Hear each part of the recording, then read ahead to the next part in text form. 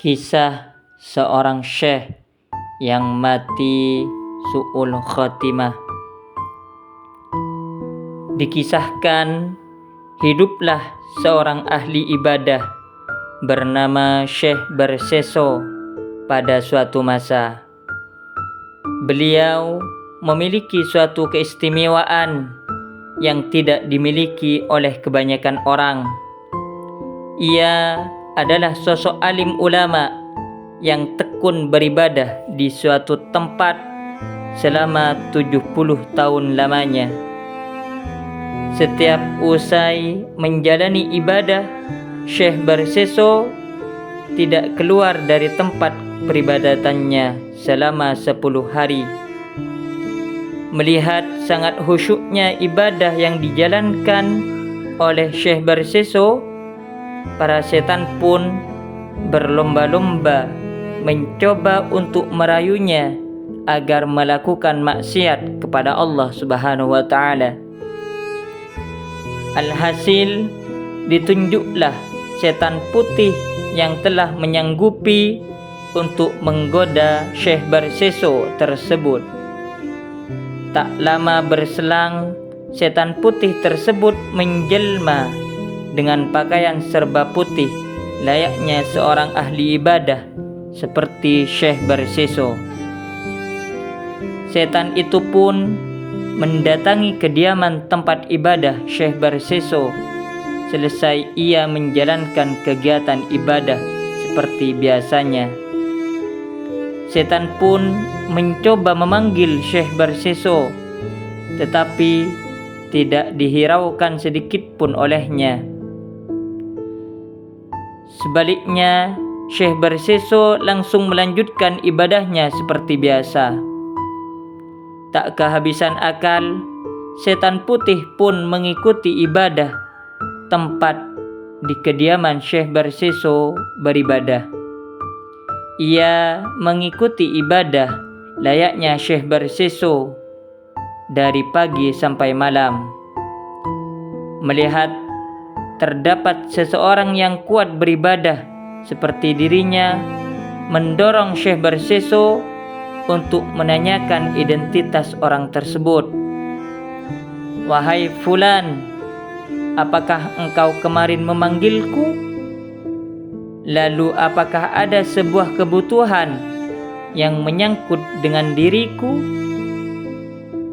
tanya Syekh Berseso terhadap setan tersebut yang menjelma sebagai ahli ibadah. "Aku hanya meminta engkau bersedia mendoakanku, karena aku melihat engkau adalah ahli ibadah yang sangat khusyuk," pinta setan tersebut. "Jikalau engkau seorang muslim, maka sesungguhnya engkau sudah aku doakan bersama seluruh umat muslim di dunia ini," jawab Syekh Berseso. "Kalau begitu, aku memohon padamu agar bersedia mengangkatku sebagai muridmu. Karena dengan aku menjadi muridmu, aku bisa menghabiskan banyak waktu bersamamu saat beribadah," pinta setan sekali lagi.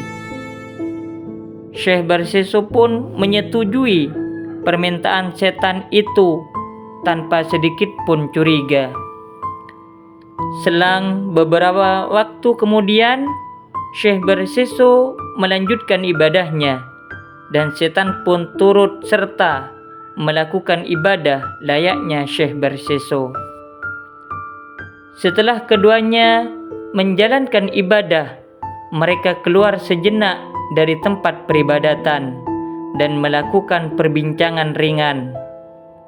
Saat perbincangan tersebut, setan kembali melancarkan aksinya, yakni menggoda Syekh Berseso. "Wahai Syekh Berseso, tidakkah dirimu merasa bosan di setiap harinya melakukan ibadah? Dan apakah tidak ada keinginan untuk bersantai sejenak? Mari kita bersantai sejenak dan mencari seorang perempuan untuk ditiduri." Syekh Berseso dengan cepat menolaknya. Tidak, itu termasuk dosa yang besar.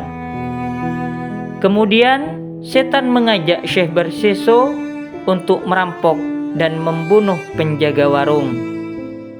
Tetapi Syekh Berseso tetap tidak terbujuk dan mengatakan bahwa hal tersebut adalah dosa besar. Tak kehabisan akal, setan pun merayu Syekh Berseso agar mau meminum khamar di sebuah warung yang berada di tengah hutan yang dianggapnya tidak banyak orang yang datang. Tenang Syekh, di sana pasti jarang sekali dikunjungi oleh banyak orang, sehingga apa yang kita lakukan tidak ada yang mengetahuinya, bisik setan merayu Syekh Berseso. Syekh Berseso pun akhirnya tertarik atas penjelasan setan tersebut, dan keduanya berjalan menuju warung yang berada di tengah hutan serta meminum khamar yang menyebabkan Syekh Berseso mabuk berat. Di tengah mabuk beratnya, setan menyuruh Syekh Berseso untuk menatap kemolekan perempuan penjaga warung tersebut.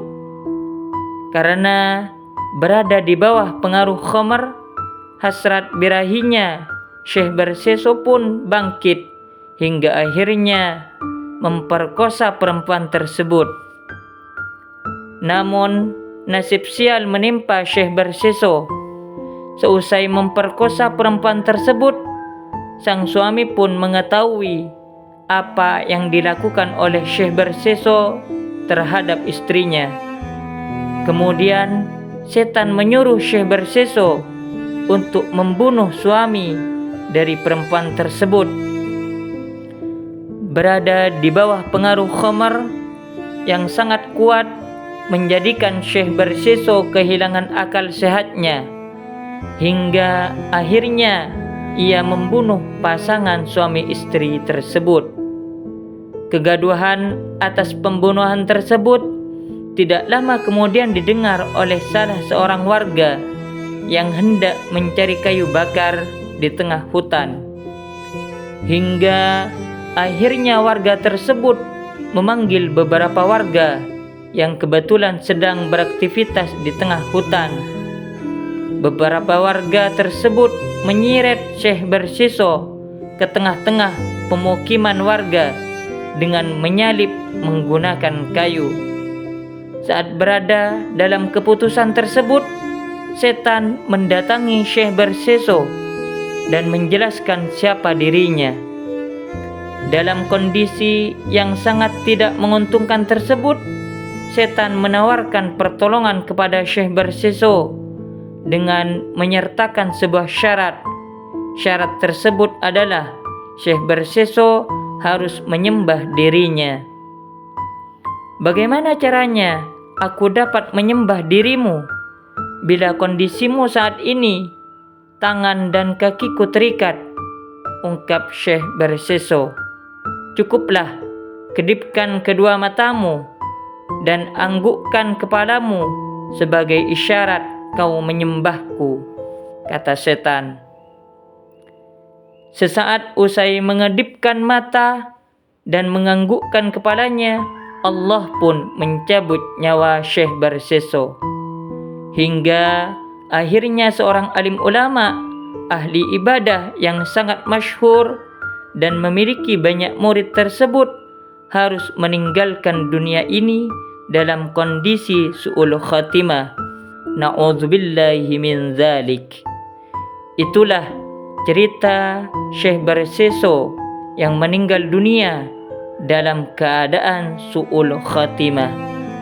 Semoga kisah tersebut menjadi pelajaran baik terhadap kita agar senantiasa mampu menjalankan perintah Allah dan menjauhi segala larangannya, serta semoga kelak kita mendapatkan husnul khatimah saat ajal menjemput kita. Amin amin ya rabbal alamin. Adapun kisah ini pertama kali diceritakan oleh Ibnu Abbas radhiyallahu an dan diceritakan kembali oleh Imam Abu Laid As-Samarqandi dalam kitab Tanbihul Ghafilin.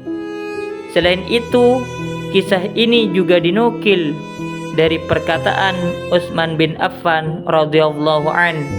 Beliau berkata, "Hati-hatilah kamu dari khamar, sebab ia induk dari dosa-dosa yang keji." Semoga kita semuanya dijauhkan dari melakukan kemaksiatan, terutama meminum khamar. Amin amin ya rabbal alamin.